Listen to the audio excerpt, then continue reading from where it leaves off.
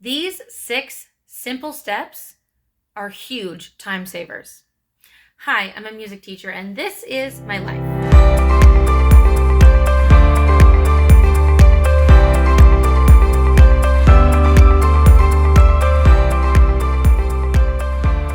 Welcome back to my channel, everyone. In today's video, I'm going to be sharing with you the 6 things that I do to make my job and my life as a high school teacher that much easier. Now, I will say that most of these things could also be applied to an elementary school teaching context, or if you're a community music director or other form of teacher, these things can also save you time and make your job that much easier. I've picked up some of these tips either as a student teacher back in the day or through my first 7 years of my teaching career, and it's safe to say that I will continue to follow these steps as I continue on in my career because they have been proven time and time again to help save time and ease stress. So if you like this video, make sure that you like it, give it a thumbs up, make sure that you subscribe to the channel and ring the notification bell to stay up to date on all of the upcoming content. With that being said, let's jump into number 1, which is something that we probably used to do back when we were students, which is to prep lunch the day or night before. Or, if you're not able to do that, have things that are easy to grab and go. Now, of course, we sometimes have time to prep our lunches the day before. It also works where you might be able to grab some leftovers from dinner, if you're able to prep maybe some wraps or throw some soup in a thermos, things like that. If you're really pressed for time, you wake up in the morning and you don't have something already ready, then having things that are easy to grab and go is great. So for example, something like an apple or bananas, a protein bar, some yogurts, maybe if you bring a canned drink, something easy to just grab and go. Maybe it's in the fridge or on the counter, so that way you have what you need at the very least to make it through your day and not be too hungry. Number 2 is to photocopy, print, or prepare the things that you need for Monday morning on Friday before you go home for the weekend. And the reason why I say this is because I have vivid memories of my life as a student teacher back in the day where I needed to use the photocopier, and I made the mistake of going on Monday morning when all of the other teachers who also needed to use the photocopier were lined up waiting for it. And so if you're able to do the photocopying on Friday, then you can show up to work on Monday and everything's done. You're not waiting in line. And this actually helped me a couple of days ago. So I came in on a Monday morning later than I usually do because it's springtime where I live. And so construction season is in full swing. And so I showed up like half an hour later to school than I normally do. I still had half an hour before my classes started, but I definitely didn't have as much time as I was used to having. So it was great to see that all of the learning logs that I have my students do every week were photocopied on my desk in the file folder. So all I had to do was literally pick up the pages and head off to my classroom. So if there are things that you know you're going to need on Monday, on Friday, take that little bit of time, if you have it after work, to photocopy, print what you need, and make sure that it's ready to go for Monday and you won't be stuck waiting in line at the photocopier. Number 3 is actually something I do year round, which is I leave a pair of shoes at work. I actually leave them in the bottom drawer of my desk, but it's year round. Now, of course, this is going to be helpful in, for example, fall or winter or spring, when we sometimes have to wear either winter boots or rain boots. But this also helps in warmer weather too. So I basically have 2 pairs of shoes that I wear to work all the time. If I need to wear boots from home to work, then I'm going to wear boots at home and change at work.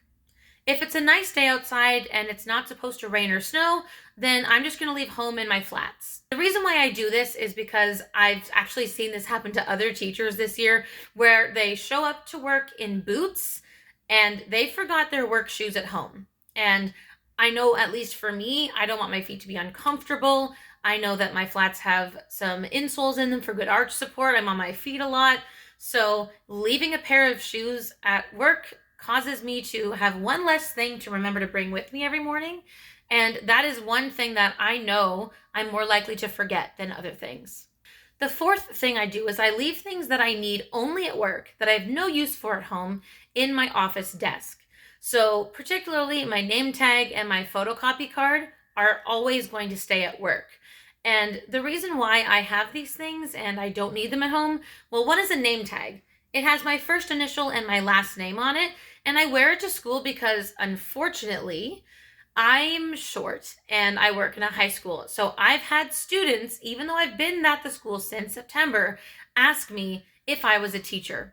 And so if I have my name tag with my first initial, last name, and the crest of the school where I work on it, there's no doubt that I am staff, not a student.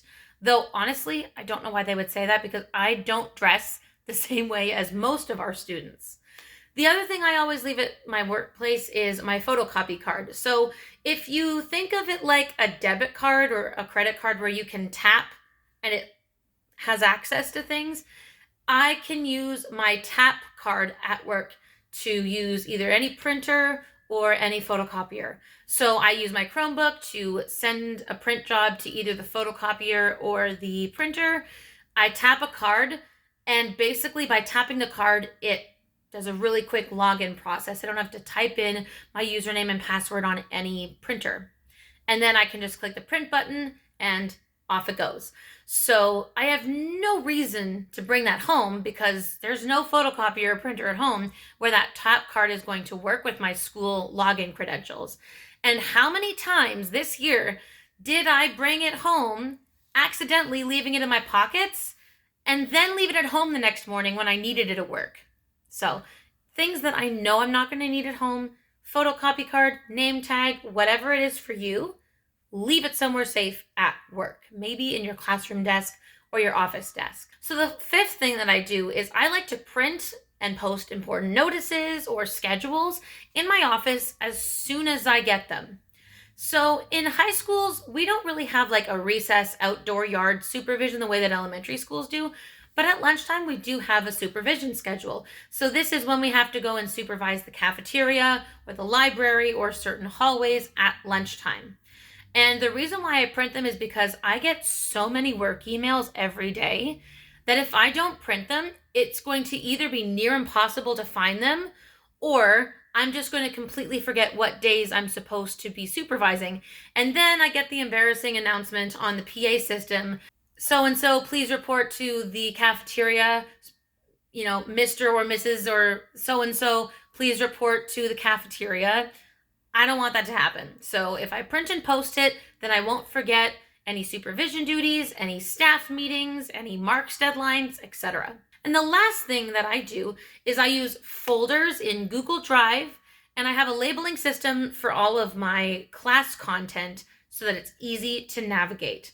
So the reason why I do this, and I honestly tell all of my students to do this too, is because Google Docs, while it's great, is nowhere near as organized as Google Drive, right? Google Drive allows us to use folders to organize all of our docs, all of our spreadsheets, all of our slideshows. And so I have different folders for every class, right? So within each folder, I also have a labeling system, and it's nothing revolutionary. If something's part of Unit 1 and it's the first handout, then it's 1.1. Unit 1's second handout is 1.2. And I like to name the slideshow and the matching handout or assignment with the same numbers so that students know what goes together. And honestly, I know what goes together when I have to go and post it to Google Classroom. And it's also really great in Google Classroom, like if it says Unit 1, then it's 1.1, 1.2, 1.3. Then when we get to Unit 2, it's 2.1, 2.2. Now, not everyone's going to use this labeling system. Obviously, if this isn't the kind that you already use and you love yours, great. But I highly suggest doing this as you're creating your courses or as you're developing your slideshows or your in-class activities, whatever, so that when it comes time to have to post something on Google Classroom quickly in the morning or the night before, if you do that while you're prepping your lunch, then it's just going to be so much easier to find things quickly and get it up on Google Classroom so it's ready to go. And those are the 6 things I do each and every day to make my job just a little bit easier. I hope you found this video helpful. If you did, remember to like and subscribe. Again, ring the notification bell to stay up to date on all the upcoming videos. And I hope you found this helpful. Let me know in the comments below what kinds of things you do every day to save you time in the morning.